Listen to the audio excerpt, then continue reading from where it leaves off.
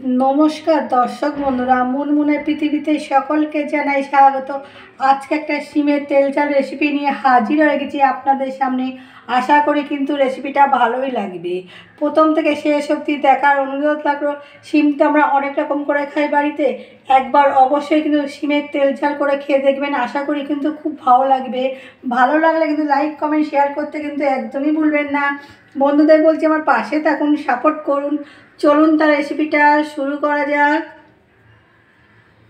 শিমের তেল ঝাল করার জন্য শিম নিয়েছি 250 গ্রাম। শিম কেটে ধুয়ে পরিষ্কার করে নিয়েছি। এবার প্রথমে শিমগুলো ভাজা করে নেব।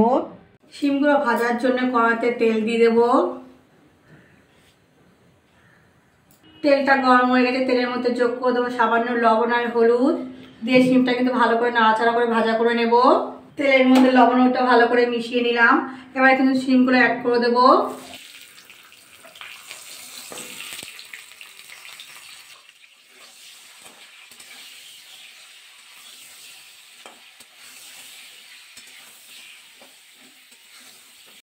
শিমগুলো ভাজা করতে করতে একটা মশলা গুলে নিতে হবে।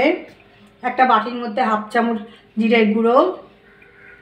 এবার দিয়ে দেব 1 চামচের থেকে 3 ভাগের 1 ভাগ লঙ্কার গুঁড়ো। এবার দিয়ে দেবো কাশ্মীরি লঙ্কার গুঁড়ো 1/2 চামচ। সুন্দর কিন্তু একটা কালার আসবে। সবার শেষে দিয়ে দেবো আদা বাটা 1/2 চামচ। অল্প জল দিয়ে গুলে নেব মশলাটা ভালো করে।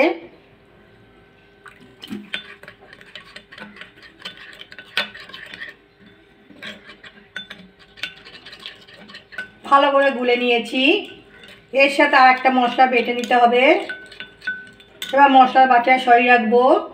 এবার একটা মিষ্টির বাটির মধ্যে দিয়ে দেবো 1 চামচ পোস্ত। এবার দিয়ে দেবো কাজু বাদাম 10 থেকে 12টা। আমার ভাঙা বলে কিন্তু আমি 10 থেকে 12টা দিচ্ছি, আপনাদের গোটা হলে কিন্তু 5 থেকে 6টা দিলেই কিন্তু হবে। 1/2 চামচ সাদা সর্ষে। সবার শেষে দিয়ে দেবো 2টো শুকনো লঙ্কা। এবার ভালো করে মিহি করে বেটে নিতে হবে। ওদিকে কিন্তু শিমটাও ভাজা হয়ে গেছে, তুলে নেব। একবার বন্ধু অবশ্যই কিন্তু বাড়িতে গোটা শিম দিয়ে তেল ঝাল করে খেয়ে দেখবেন। এক থালা কিন্তু ভাত খাওয়া যাবে, আর কোনো কিছু কিন্তু প্রয়োজন হবে না। এত সুন্দর লাগে কিন্তু খেতে। শিম তো আমরা অনেক রকম করে খাই বাড়িতে। একবার অবশ্যই কিন্তু শিমের তেল ঝাল করে খেয়ে আমাকে কিন্তু কমেন্ট করে জানাতে একদমই ভুলবেন না। শিমগুলো সব তুলে নিলাম। এই তেলের মধ্যে আর একটু তেল অ্যাড করে দেবো। এবার এই তেলের মধ্যে অ্যাড করে দেবো গুঁড়ো রাখা মশলাটা।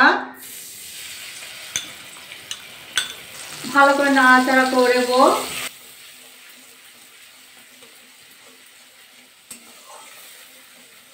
এর মধ্যে অ্যাড করে দেবো স্বাদ বুঝে লবণ আর হলুদ, 1 চামচ চিনি। এবার মশলাটা ভালো করে কষিয়ে নেব।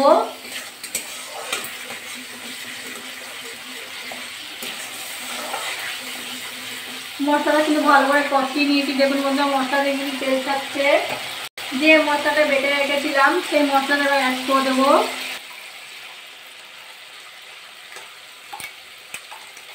মশলার বাটিটা দিয়ে একটু জল অ্যাড করে দিচ্ছি।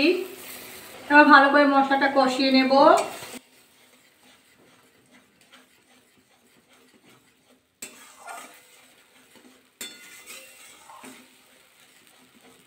দেখুন বন্ধুরা মশলাটা কিন্তু ভালো করে কষিয়ে নিয়েছি। মশলা দিয়ে কিন্তু তেল ছাড়ছে। এরপরে অ্যাড করে দেবো টক দই 2 চামচ। বাড়িতে কিন্তু অবশ্যই টক দই থাকলে দেওয়ার চেষ্টা করবেন। যখন কিন্তু টক দইটা দেবেন তখন কিন্তু গ্যাসের জলটা কিন্তু একদম লোতে করে দেবেন। হাইতে করে দেবে কিন্তু ছানা ছানার মতো হয়ে যাবে দইটা কেটে। আবার কিন্তু দইটা দিয়ে মশলা দিয়ে কিন্তু ভালো করে কষিয়ে নেব।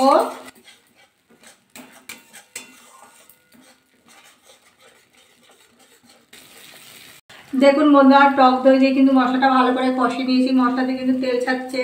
এবার এর মধ্যে অ্যাড করে দেবো সেই শিমটা ভাজা করে রেখেছিলাম সেই শিমটা দিয়ে কিন্তু ভালো করে নাড়াচাড়া করে নেবো হালকা হাতে।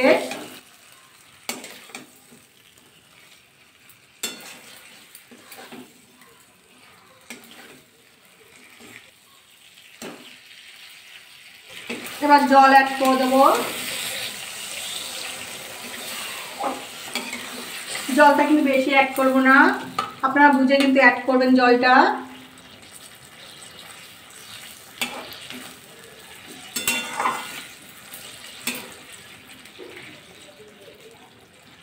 ভালো করে মিশিয়ে নিলাম। এবার ফুটে যাওয়া অবধি অপেক্ষা করব। 2 মিনিট ফুটিয়ে নিয়েছি। সিমের তেল চাল কিন্তু আমার রেডি হয়ে গেছে। গ্যাসটা কিন্তু এবার অফ করে দিলাম, নামিয়ে আপনাদের দেখাচ্ছি।